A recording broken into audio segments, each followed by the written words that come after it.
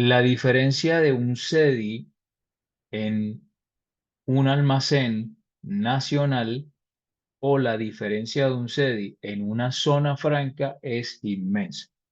¿Por qué? ¿En qué sentido? El almacenamiento en CEDIs en territorio nacional, ¿sí? No está regulado de alguna manera. Digamos que hay un proceso de comercio, pero regulado entre qué sí puedo hacer y qué no puedo hacer. En zona de almacenamiento nacional, ustedes pueden hacer un almacenamiento de lo que quieran, como lo quieran, siempre y cuando, dependiendo del tipo de industria, cuenten con los permisos. Si es industria farmacéutica, pues tiene una regulación bastante importante. Eh, pero sin embargo, digamos, los movimientos y demás son situaciones que ustedes pueden manejar o manipular de la manera correcta. ¿De acuerdo? Objetivos fundamentales de los centros de distribución es la gestión de la demanda. La gestión de la demanda por unidad de tiempo. Cuando les hablo de eso, ¿qué quiere decir? Dependiendo del tipo de estrategia comercial que ustedes desarrollen, la gestión de la demanda va a ser un requerimiento específico de cantidades o este va a estar de acorde a un presupuesto de ventas mes, un presupuesto de ventas anual, ¿sí? Eso se llama presupuesto de ventas. Después tenemos la exactitud y la confiabilidad de la preparación de las órdenes o de los pedidos y de los inventarios. Cuando ustedes vayan viendo lo que son KPIs o indicadores de gestión en logística, van a encontrar que la preparación de las órdenes van a llevar un tiempo exacto de preparación o alistamiento por los procesos posteriores de acuerdo al fill rate, que ya lo vamos a ver en un cuadrito, que el fill rate traduce acuerdos de niveles de servicio, es decir, usted se comprometió que una vez puesta la orden la va a entregar dentro de las 48 horas siguientes en un punto de destino X, usted lo tiene que cumplir, ¿sí? Entonces, ¿por qué?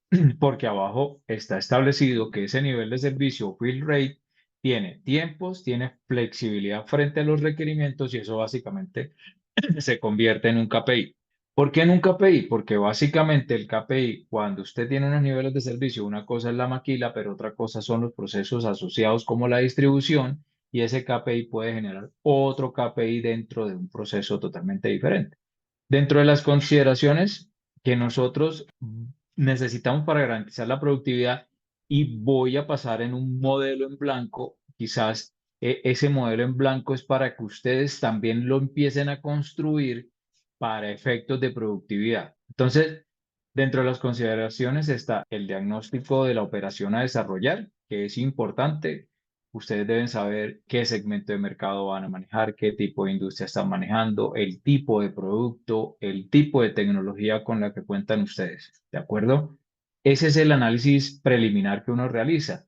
Ahora, posterior a esto, cuando usted sabe dónde está ubicado situacionalmente, debe establecer o determinar cuáles son esas complejidades de carácter operativo. Cuando usted determina cuál es la complejidad operativa, usted necesariamente va a tener que desarrollar un plan de trabajo de acuerdo a su especialidad o nivel de expertise.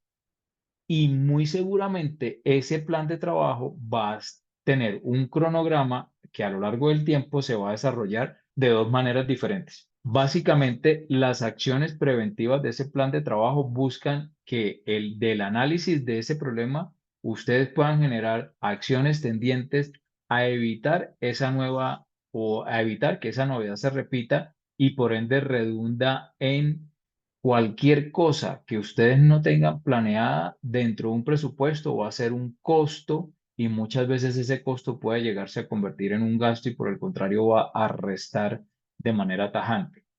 Y las acciones correctivas básicamente van a ser un gasto, pero que a la larga la resta es bastante grande porque no se tiene, o sea, cuando les hablo de resta es, va a restar al estado de resultados de una organización. ¿Por qué? Porque necesariamente no está planeado. Pronósticos operativos, entonces esos se utilizan para determinar capacidades. Ahora bien, una cosa es que ustedes tengan las áreas de trabajo al 85% de la capacidad del CEDI, y otra cosa es que ustedes no puedan llenar el CEDI con más mercancía. Cuando les digo esto, a veces suena como una contraposición y es, ustedes deben conocer como regla general en logística cuál es la rotación mínima, media y máxima de un producto, porque eso les va a permitir a ustedes hacer proyecciones. Ah, ok, este producto rota a una tasa de 15, 20, 10. Yo voy a tener esos espacios libres, por lo cual, de acuerdo al cronograma de ingresos, yo voy a tener esos espacios disponibles, pero no es solamente armar el cronograma de ingresos, es la proyección de despachos de mi cliente por temporalidades. También es importante que podamos determinar qué situaciones se les están presentando al equipo de trabajo. No tienen las herramientas necesarias, están teniendo dificultades en la parte operativa y no nos damos cuenta nosotros cuál es la solución. Hay una cosa que yo considero importante y es que no todo el mundo habla el mismo lenguaje. La parte operativa puede ser que no hable el mismo lenguaje que habla la parte directiva de la compañía. Y me explico. Ven el problema y prefieren callar porque piensan que es una debilidad o una novedad sobre su trabajo, pero hay que entender que estas situaciones se vuelven integrales cuando ustedes las comparten y hay que hacerlas, hay que reflejarlas, hay que socializarlas porque de lo contrario no hay manera de poderlas sopesar. Entonces, fíjense. Yo les he hablado de costos, pero ¿cómo logramos que esos costos se desarrollen o cómo los medimos? Digamos que en términos generales, el costo se puede ver en un estado de resultados o en una hoja en donde ustedes lleven básicamente la información financiera de su compañía. Aquí, ¿qué es importante? ¿Cuáles son las herramientas que utilizamos en el proceso como tal? El diagrama de recorridos de los puestos de trabajo es cómo va a cursar o cómo fluye entre los diferentes puestos de trabajo este proceso. El cursograma analítico establece los puntos de control y la medición con un KPI que nosotros podamos tener. ¿Cuál puede ser ese cursograma? Unidades producidas por hora. La evaluación de las condiciones ergonómicas pueden ser luz, puesto de trabajo, etc., que ustedes puedan llegar a tener dentro del proceso productivo. ¿Esto para qué es? Todo eso que estábamos viendo allá atrás como productividad va a estar plasmado acá en esta. Esta es la carátula de la operación que ustedes empiezan a analizar. Están los ciclos. Acá digamos que establecemos una formulación para, esto la pueden hacer en compañía de la persona de calidad, cuál es el tamaño de la muestra de los ciclos o del muestreo que piensan hacer ustedes en relación a, digamos, oiga, queremos saber cuál es el tiempo que se toma desarrollar este proceso.